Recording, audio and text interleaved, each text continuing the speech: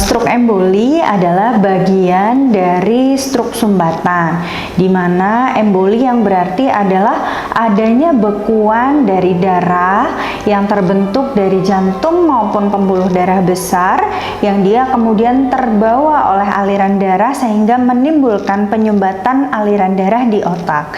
Itu yang disebut sebagai stroke emboli. Penyebab utama dari stroke emboli adalah adanya gangguan penjendalan darah atau pembekuan darah, di mana ada faktor yang menyebabkan terbentuknya bekuan darah baik itu di jantung maupun di pembuluh darah besar.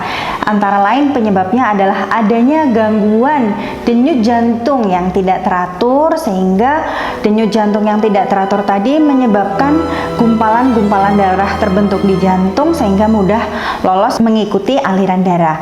Kemudian adanya gangguan stabilitas dari bekuan darah, misalnya pada pasien-pasien kanker, kemudian adanya pada pasien-pasien yang mengalami imobilisasi atau tidak bergerak dalam jangka waktu yang lama, sehingga muncul adanya bekuan-bekuan darah di organ-organ tertentu di pembuluh darah besar. Hal tersebut bisa menyebabkan adanya bekuan darah yang terbentuk, sehingga dalam beberapa hal bisa menyebabkan terbentuknya bekuan darah yang mengikuti aliran darah ke otak sehingga menyebabkan sumbatan.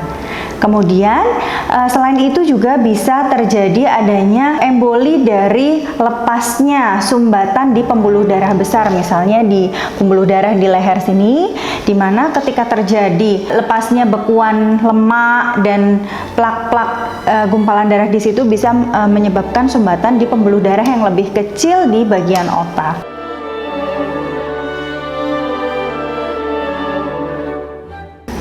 Untuk makanan atau minuman tertentu sebetulnya tidak ada yang khusus dapat menyebabkan stroke emboli, di mana sebetulnya stroke emboli itu terjadi karena gangguan pembekuan darah itu ya.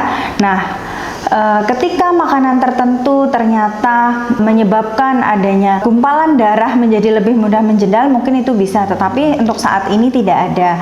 Kemudian apakah lemak, makanan asin-asin itu juga menyebabkan stroke emboli? Sebetulnya secara langsung tidak, tetapi bisa mempengaruhi misalnya terhadap tekanan darah, terhadap pembentukan lemak itu sendiri, sehingga bisa menyebabkan kondisi di pembuluh darah di otak yang tidak dalam kondisi prima, sehingga mudah terjadinya penyempitan pembuluh darah di otak akibat dari kumpulan dari lemak atau menyempitnya pembuluh darah karena tingginya kadar garam dalam tubuh kita atau yang disebut sebagai kondisi hipertensi, seperti itu.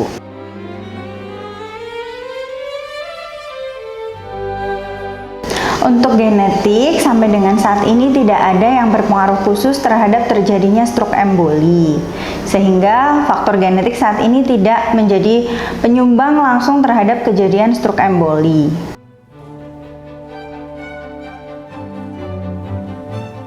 Untuk rokok itu sendiri, dari penelitian sebetulnya menunjukkan bahwa orang yang merupakan perokok aktif, dia beresiko 1,9 kali lipat beresiko terjadinya stroke dibandingkan yang tidak. Tetapi dalam penelitian tersebut tidak membedakan antara stroke yang embolikah atau stroke yang lain, sehingga secara keseluruhan sebetulnya untuk rokok sebetulnya berperan terhadap kejadian stroke itu sendiri, baik itu stroke yang emboli atau yang stroke aterotrombotik atau stroke yang perdarahan. Sehingga dari penelitian tersebut kita bisa menyimpulkan rokok menyumbang kejadian stroke, seperti itu.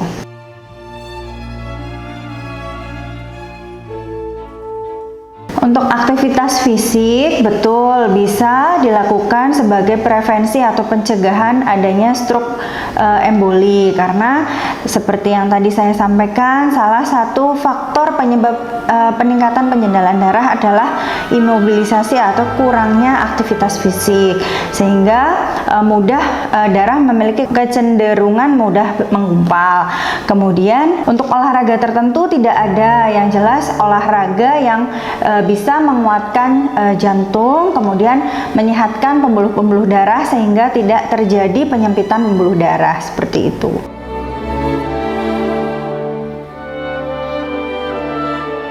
Baik, struk emboli seperti yang saya jelaskan tadi, dia adalah bagian dari struk sumbatan. Struk sumbatan itu ada dua, struk yang emboli atau lolosnya bekuan darah dari bagian organ lain yang masuk ke otak, kemudian yang kedua adalah aterotrombotik. Keduanya memiliki karakteristik klinis yang cenderung berbeda, dimana kalau struk emboli sumbatannya terjadi di pembuluh darah yang cukup besar di otak karena gumpalan darahnya ukurannya lebih besar, sehingga yang terjadi adalah gangguan fungsi saraf yang cenderung berat, yaitu bisa penurunan kesadaran mendadak, kemudian kelemahan yang sifatnya berat, misalnya sama sekali tidak bisa digerakkan baik tangan dan kaki, atau sulit menelan dan sulit berbicara secara berat. Kemudian hal tersebut khas pada kondisi struk emboli. Sedangkan pada aterotrombotik atau struk aterotrombotik, kejadian kelemahannya itu terjadi secara gradual atau bertahap. Misalnya pagi tadi masih bisa mengangkat, masih bisa nyisir rambut, cuman lebih berat. Tapi siang kemudian menjadi lebih berat, hanya bisa menggeser seperti itu. Jadi itu yang membedakan gejala dari struk emboli terhadap struk yang tipe sumbatan lain, yaitu aterotrombotik.